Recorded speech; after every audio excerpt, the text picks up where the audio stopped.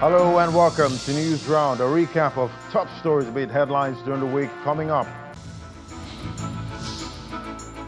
Disaster averted in Lagos as a diesel tanker overturned and spills content on Liverpool Bridge.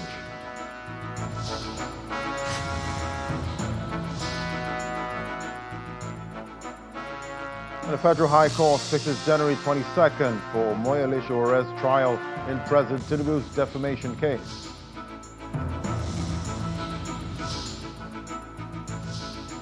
And VP Shettima advocates for African-led economic solutions at Davos high-level meeting. Plus, death toll from Pakistan mall fire climbs to 67.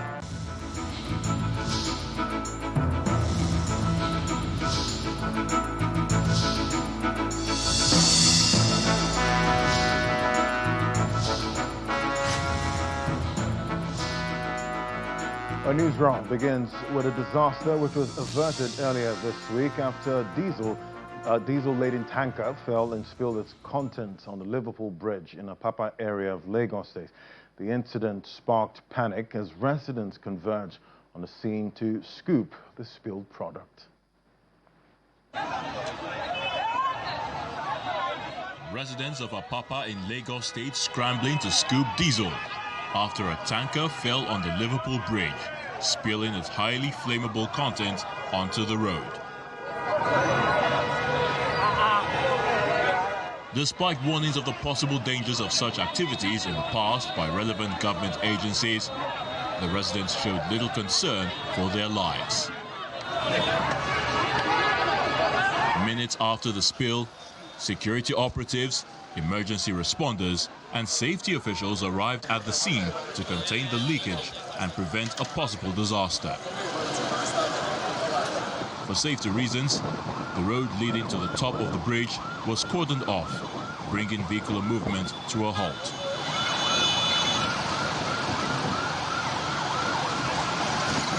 It was a single accident and a massive fall on the side of the passenger of the truck. So what does speak to us is that at every bend, there is a minimum speed with which you approach the bend. Is a turning angle bend. That is a safety limit.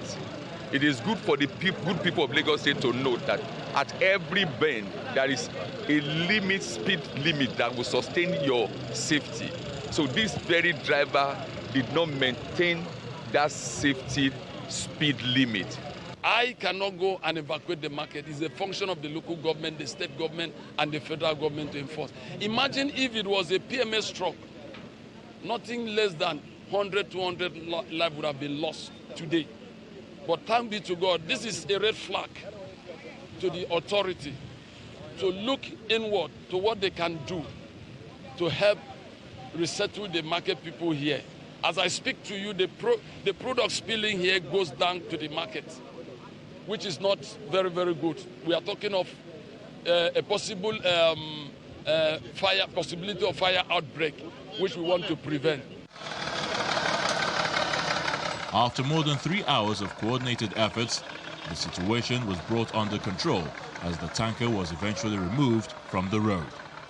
The Lagos State Governor, reacting to the incident, re-emphasizes the need for residents to always prioritize their safety.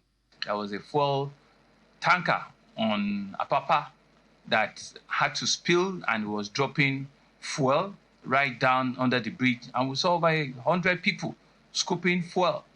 Thankfully, as our first responders and the police can again rescue people and can bring that incident to a completely safe, accident-free situation now. These are some of the things that we continue to contend with. If anything had happened, it's not what we'll be talking about that we'll have seen this morning.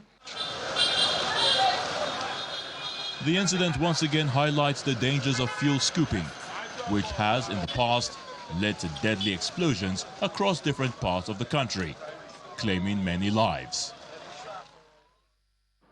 And industrial matters also top stories this week. The workers of the Federal Capital Territory Administration have declared an indefinite strike over unpaid promotion arrears. Addressing journalists at the FCTA Secretariat, the president of the Joint Union Action Congress, Mrs. Rifkatu Toa, says the action followed the administration's breach of trust, inaction and deliberate demoralization of its workforce through a litany of unresolved grievances. Meanwhile, the Federal Capital Administration says that 10 out of the 14 demands of the workers have been met, describing the strike as unnecessary and ill-motivated.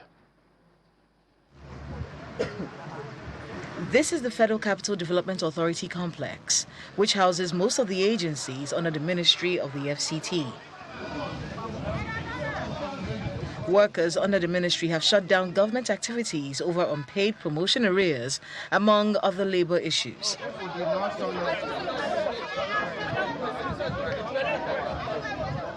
However, the atmosphere is calm as security operatives take positions at the entrance to the complex.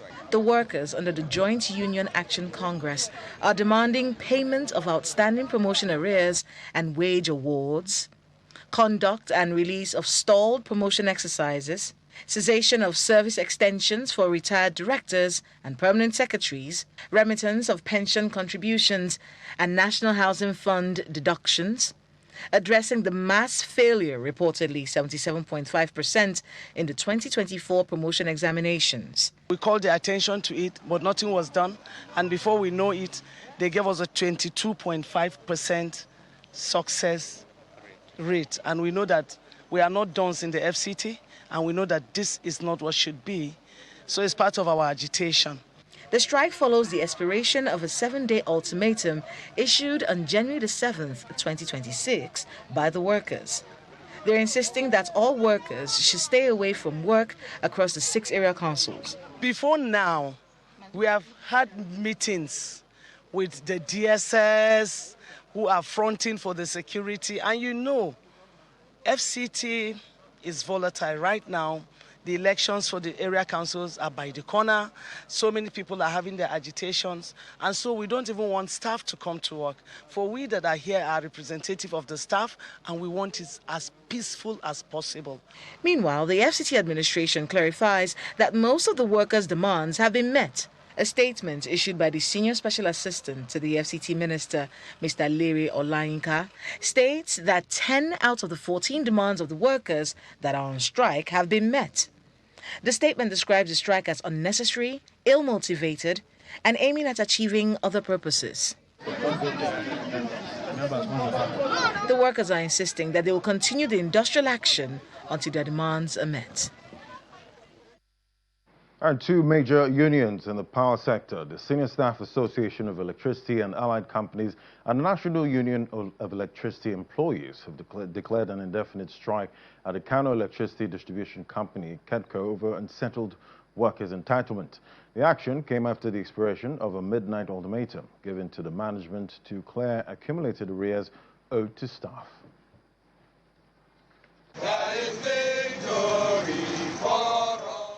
Tension mounted at the Kano Electricity Distribution Company, KEDCO, as labor unions in the power sector picketed its head office in Kano.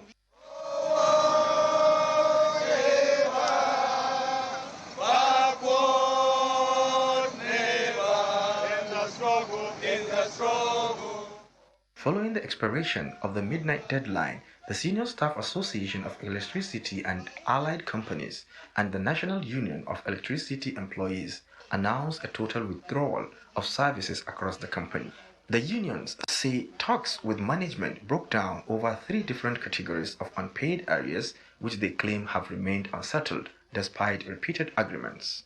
We're here today to ensure that our staff benefit from what it is due for them. KEDCO staff are hardworking staff, and everybody can testify through the revenue they are generating.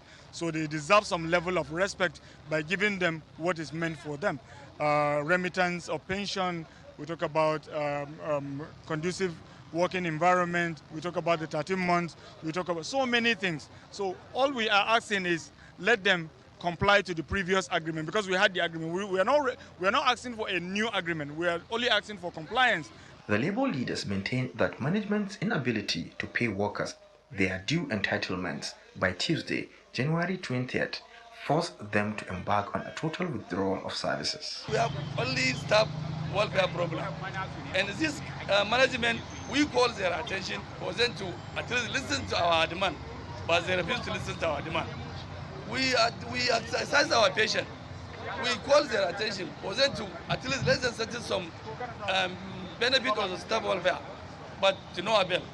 So we say we don't have anything to do rather than to go and lock this, because this is the only language they are hearing. Responding to the development, the management of KEDCO appealed for calm, saying efforts are ongoing to resolve the issues and restore electricity supply to consumers. For the past 5 years, when we came on board, KEDCO staff did not have anything like a promotion exercise, which was part of the issue. And as of December last year, we did a holistic process in ensuring that for 5 years our staff were not promoted, and we pushed to ensure that it was done. We have a total staff strength of about 2,900 staff. Out of those 2,900 staff, 1,500 people were promoted.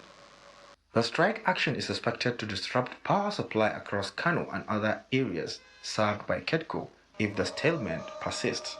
Sadiq Ilyasu, Channels Television News. And to other top stories this week, at the Federal High Court, Abuja, Chief Justice Mohammed Umar fixed January the 22nd, 2026, to begin the trial of presidential candidate of the African Action Congress in the 2023 election, Mr. Omoyele Sowore, for alleged criminal defamation of President Bola Tinubu. The Department of State Services had in September 2025 filed a 5-count charge against Mr. Sowore, alleging that he referred to the president as a criminal. Following a request by counsel to the DSS, Mr. Akinlolu Kehinde, the judge, on Monday struck out names of social media platforms X, formerly known as Twitter, and Meta Incorporation, the parent company of Facebook, which were co-defendants in the case. The suit instituted by the Department of State Services, DSS, against the presidential candidates of the African Action Congress, AAC, in the last election, and human rights activist Omoyele Sowore for the alleged criminal defamation of President Bola Tinubu resumes at the Federal High Court, Abuja. Mr. Sowore shares conversation with his lawyers while he waits for the commencement of the case. The DSS had filed a 2-count amended charge against him on December 5, 2025, bordering on defamation of President Tinubu as president of the country. In the amended charge, Sowore is listed as a sole defendant. He pleaded not guilty to the charges when it was read to him. Further proceedings were, however, stalled when counsel to Sowore, Mr. Marshal Abubakar, objected to the move by counsel to the DSS and Senior Advocates of Nigeria, Kehinde Akinlolu, to call the first prosecution witness. Mr. Abubakar argued that the prosecution has not provided the defendant with sufficient material to enable him to prepare for his defense. He cited Section 36, Subsection 6 of the Constitution and Section 379, Subsection 1 of the Administration of Criminal Justice Act. He said his client was entitled to be served with the names of the prosecution's witnesses, a summary of their testimony, among others. Although Mr. Kehinde faulted Abubakar's argument, insisting that the prosecution had done all that was required of it, Justice Umar directed him to provide the defendant with summaries of what his witnesses were coming to say during the trial. They said, they need to know the name of the witnesses we are fielding, they need to see the witness statements and all that. And we told the court that what the law requires us to do is to list our witnesses, the documents we want to tender, and a summary of the case we are bringing before the court, which we did. But the court, in order to ensure that there is no complaint of anybody saying that his right to fair hearing has been breached, said that we should oblige them with a summary of the case our witness will be coming to tell the court. They also did not inform us ahead or serve us in line with the principle of front-loading the allegations of their witnesses against us in court today. The case has been adjourned to January 22 for commencement of trial. Emanuela Ekele, Channels Television News. And after the break, we'll bring you other top stories from the week, including Davos. That's in a moment. Just stay with us.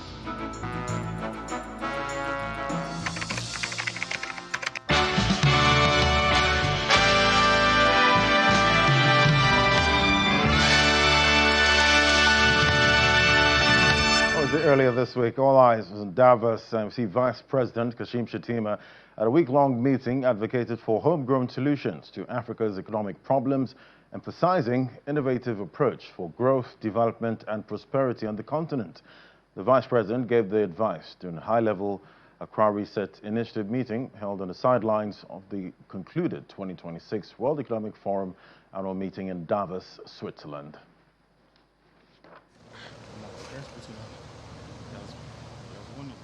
Vice President Kashim Shettima sets out for another day of engagements at the World Economic Forum in Davos, Switzerland.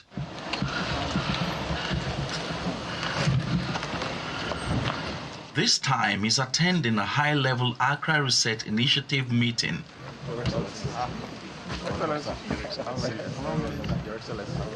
The meeting, attended by business leaders and development partners, also has President John Mahama of Ghana, former President Olusegun Obasanjo, and former Vice President Yemi Osinbajo in attendance. Interpretations of what we need to do, because the discussion here focuses on the imperative of a more deliberate effort on the part of African leaders to chart a course for the continent's development to preserve the sovereignty of their countries. Sovereignty is not a flag that we have gone to wave. We come here and wave out. Sovereignty is discipline. It is the ability to make choices and carry them through. It is the ability to negotiate firmly, coordinate regionally, mobilize capital, incentivize resources, and implement at scale that lead to sustainable development and growth. These points are re-echoed by President Mahama of Ghana and former Vice President Yemi Osinbajo, who both call for stronger ties among African nations. So here's what we must focus on. First, we must invest in skills, not just education, but skills that match real jobs in the real economy. Digital skills, green energy skills, manufacturing skills. We need a generation of young Africans who can build and not just consume. Second, we must build together. No African country can industrialize alone by itself. We must create regional prosperity platforms, manufacturing zones, energy grids, and digital infrastructure that gives our businesses skill and our workers opportunity. The whole idea is to find ways of rethinking how to fund development here and there. If we ask ourselves what has worked, His Excellency Shettima to say briefly. For Vice President Shettima, there is an urgent need to build domestic productive capacity by converting Africa's population and natural talents into real resilient wealth. What confronts us now is not a discrete development problem, but a shared condition of systemic stress, demographic aging in parts of the North, debt and inflation pressures across the South, climate volatility, and a global order whose institutions are struggling to match today's risk for credible collective action. To our brothers from the global North, I'm here to tell you the solution to our labor crisis, and it is a solution to our developmental crisis. Vice President Shatima commends organizers of the Africa Reset Initiative, which he notes will help reset the mindset of African nations from dependency to dignity, from aid to investment, and from rhetoric to results. The take-home from the meeting is that Africa can only rise when countries on the continent build, not just in silos, but in unison. From Davos, Switzerland, Emperor Simon, Channels Television News.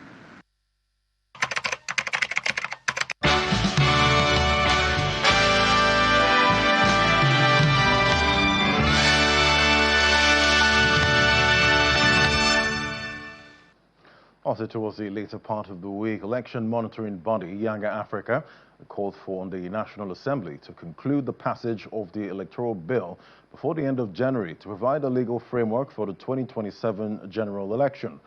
The executive director of Younger Africa, Mr. Samson Itodo, stated this during the presentation of a report on national voters survey in Abuja.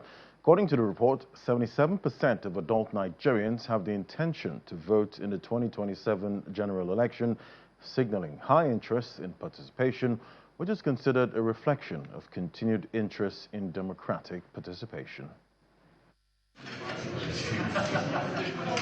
Ahead of the 2027 general elections, Younger Africa is organizing this multi-stakeholder meeting to provide insight into how Nigerians are preparing to participate in the exercise, highlighting levels of public interest, trust in the electoral process, and the key issues shaping decisions of voters. According to a report of a national voter survey conducted by the group, 77% of adult Nigerians say they intend to vote in the 2027 general election, signaling high interest in participation, reflecting continued interest in democratic participation. However, the survey also reveals persistent concerns that may affect turnout, including insecurity, economic hardship, and confidence in the electoral process. About voters' interest and participation.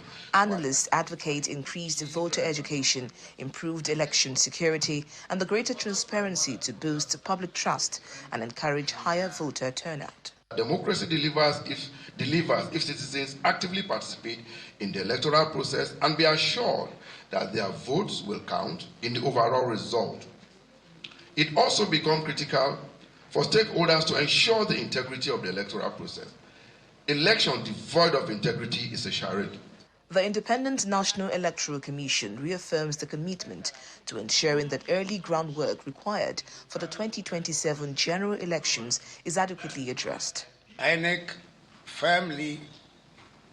is firmly committed to creating an environment in which every eligible Nigerian can exercise their right to vote freely, safely, and with confidence that their vote will count.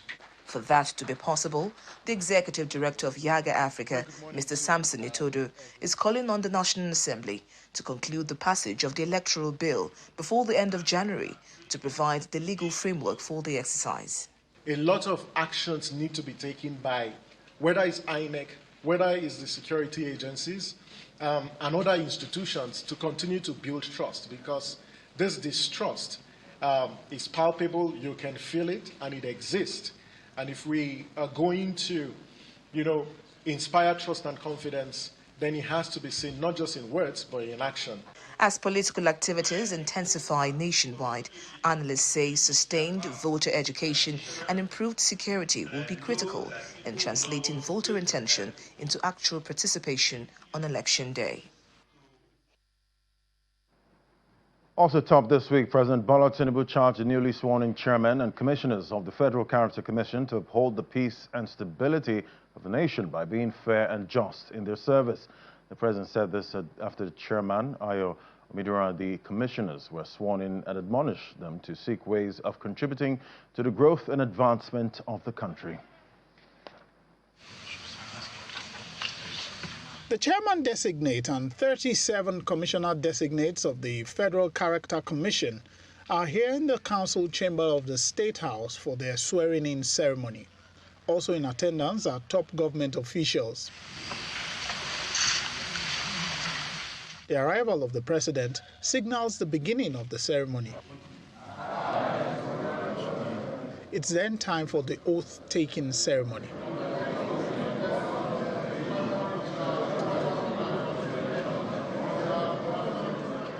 They then have a handshake with the president. Honorable Ndoka from Ebonyi State, he's from Jigawa State. The president gives them a clear charge. What you have been assigned to do is to promote and stabilize the conscience of this country, to be fair, diligent, committed, and patriotic. And I'm asking you to ask yourself, not all the time, what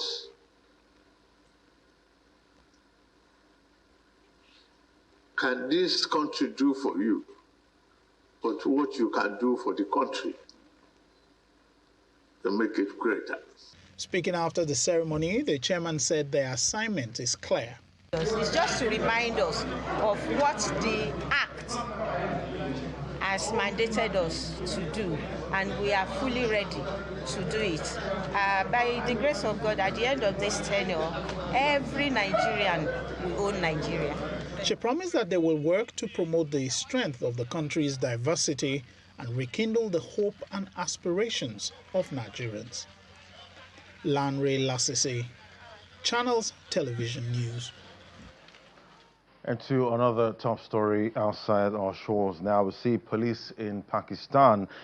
They confirmed that the death toll in the fire which engulfed the shopping center in Pakistan, that climbed to 67. Police say 77 people are currently reported as missing by their families following a fire at Gol Plaza in Pakistan's largest city, Karachi, Saturday evening. But the scale of the damage following the blaze, which took more than 24 hours to put out, has slowed rescue efforts as authorities comb the remains of 6,500 square meters. And those were the top stories for the week. Thank you for watching. I'm Ladi Williams. Bye for now.